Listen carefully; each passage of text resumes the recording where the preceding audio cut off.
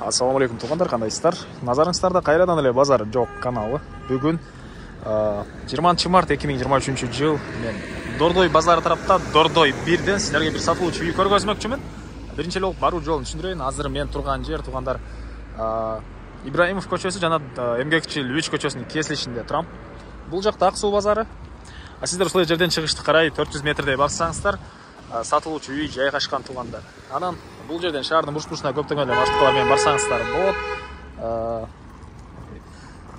286, 193 жана башка туугандар көптөгөн эле. Анда эмесе мен сатылуучу үйгө карай жол алдым. Сиздер лайктап басып, өзүңүздөрдү комментарийге жазып, жана күн сайын Бишкек шаарынан чыгып баскан сатылуучу үйлөрдү көргүңүздөр келсе, подписаться баскычын басып кетиңиздер. Мынакей туугандар, келүү жол түшүндүргөнчө бүгүнкү чыгарышта сатылуучу үйгө да жетип келип калдым. Бул үйдүн көчө тараптан көрүнүшү туугандар. Эң эле чыгыш чек арасы мынакей бул жерден башталат. Эң эле батыш чек арасы бул кошунанын бул үйүнө чейин. Жалпысынан жердин аянты 6 соток, документтер боюнча кызыл китеп бар.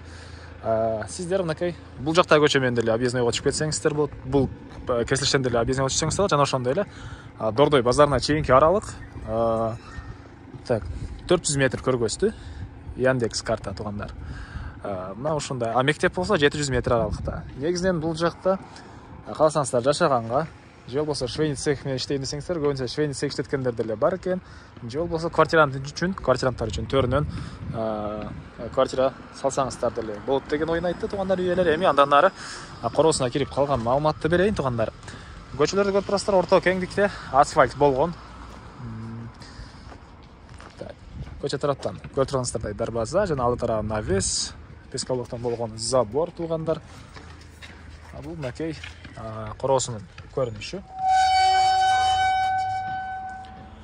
Бул жакта узун туурасы 11/8 болгон кирпичтен салынган үй, 96 квадрат метр, стенасы толук түрдө кирпич, алды тарабы навес жана бул жакта туугандар узун туурасы 9/5 болгон үй, 45 квадрат метр экен.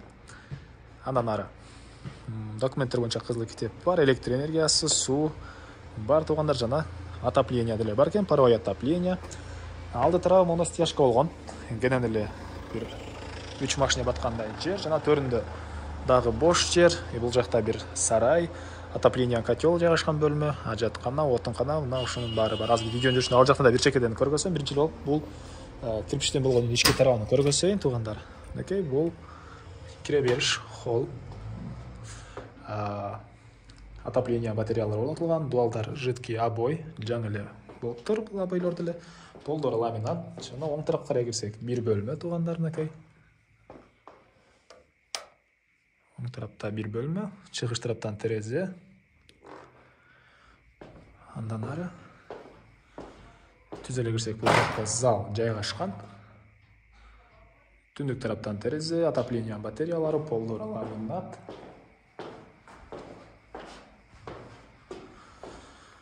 Андан ары киргенде эле сол тарапта бул жакта дагы бир бөлмө жайгашкан. 2 бөлмө экен туугандар мынакей. Холл 2 бөлмө, бул жакта дагы 2 бөлмө. Чыгыш тараптан, түштүк тараптан терезелер. Жана оң тарапка карай кирсек, мынакей дагы бир бөлмө жайгашкан. Эми короосун ачып калган маалыматты берейин. Мен кайра сатылуучу үйдүн короосундан туугандар. Эми сиздерге андан ары короосуну көргөзөйүн. Чыгыш тарапта кошуна болгон чек ара мынакей, бул жерге чейин. Бул жакта бош жерлер, үйдүн тышынан ажаткана, отункана, черешня бактары, отопление, котел жайгашкан бөлмө жана көмүркана экен бул жак туугандар. Бирок телефондо маалымат жазып калып турам, ошого буга чейин блокнот менен маалыматты көрүп айтчу элем, азыр заметка келе жазам туугандар. Бул жакта отопление, котелу жана көмүркана. Андан ары бул жакта бир сарай.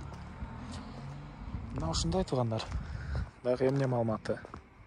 Видеонун башында айткандай, Дордой базарына жакын. 6 соток жер участогу. Басы туугандар бул үйдүн $70.000 сурап атыптыр үй иелери. Анан дагы сүйлөшүү болот. Мен эсин номерин экранга эсителдеп калтырабыз, аны кол сүйлөшүп көрүңүздөр. Сүйлөшүү болот. Анан достор менен, группалар менен бул видеону сиздер бөлүшсөңүздөр, мага бул үйесине чоң жардам берген болосуздар. Анда мен сиздер менен коштошом. Кийинки чыгышка чейин саламатта калыңыздар.